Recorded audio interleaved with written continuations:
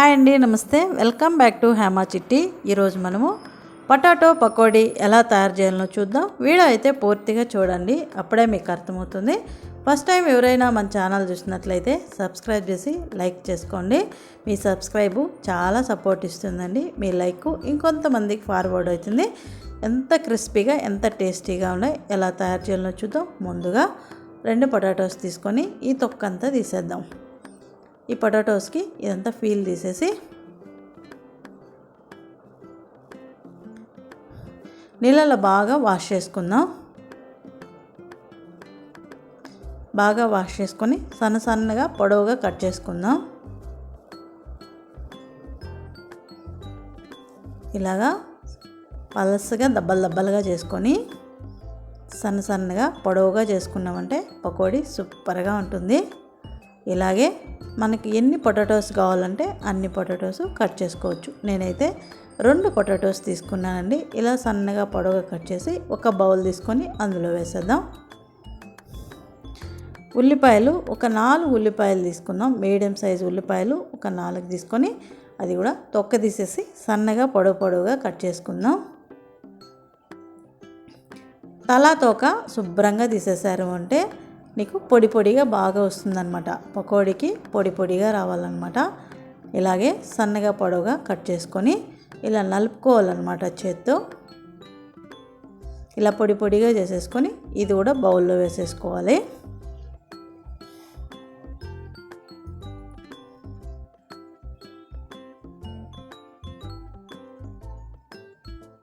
ఇలా కట్ చేసుకోవాలన్నమాట.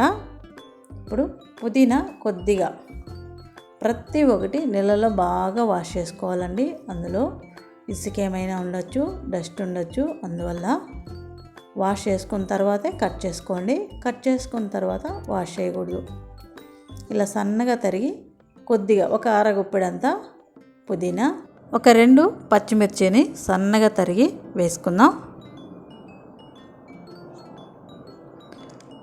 ఇలా నేను చెప్పినట్లే చేసి చూడండి, చాలా టేస్టీగా ఉంటుంది. 5 అంటే 5 నిమిషాలలో పకోడీ రెడీ అయిపోతుంది అనమాట.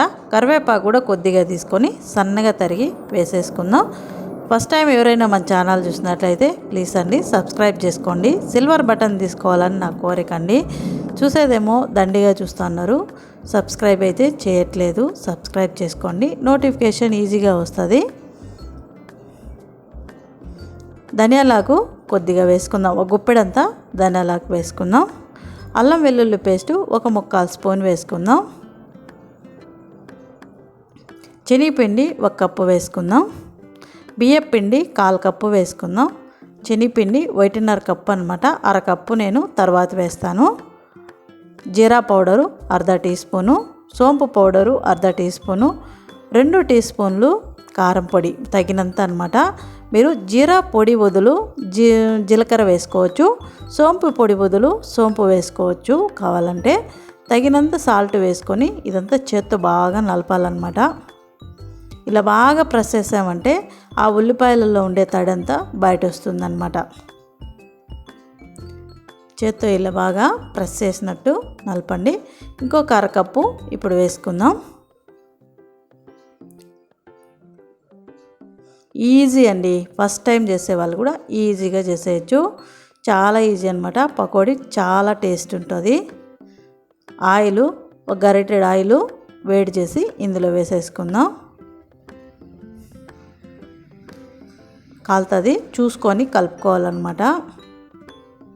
మనం ఇంతవరకు నీళ్ళేమి వేయలేదు. ఈ ఆయిల్తోనే కొంచెం బాగా ఆ ఉల్లిపాయలకి పొటాటోకి పట్టేలాగా బాగా కలుపుకోవాలన్నమాట. మనం వేసింది ఆకులు, అల్లం వెల్లుల్లి పేస్టు, సాల్ట్ మొత్తం బాగా పట్టేలాగా కలుపుకోవాలి. వాటర్ అయితే ఇంత చాలండి, చాలా వేయద్దు. కొద్దిగా జీలకరించుకోండి సరిపోతుంది. వాటరే అవసరం లేదు. పకోడీకి వాటర్ వేయద్దు, అది బజ్జీలు అయిపోతుంది తర్వాత, అంతే. చూసారు కదా. మీకు ఇంకా కావాలంటే ఇంకొక చూరు యాడ్ చేసుకోవచ్చు, కానీ జాస్తి వేయకూడదు అనమాట. అంతే సరిపోతుంది. చూసారు కదా, ఇంత చాలు. మనం పకోడీ వేసేదానికి ఇంత వేస్తే చాలా బాగా వస్తుంది. స్టవ్ మీద ఆయిల్ పెట్టి వేడెక్కిన తర్వాత ఇలా కొద్దిగా వేసేయండి. ఈజీగా పకోడీ రెడీ అయిపోతుంది అనమాట. పకోడీ చాలా టేస్టీగా ఉంటుంది. ఇంట్లోనే శుభ్రంగా చేసుకొని హాలిడేస్ కదా హాయిగా చేసి పిల్లలకు పెట్టచ్చు, మనము తినచ్చు అనమాట. ఫటాఫట్ అని అయిపోతుంది. 5 అంటే 5 నిమిషాలలో రెడీ అయిపోతుంది అనమాట. ఇలా 2 పక్కలా తిప్పించి కాల్చుకొని తీసేయడమే.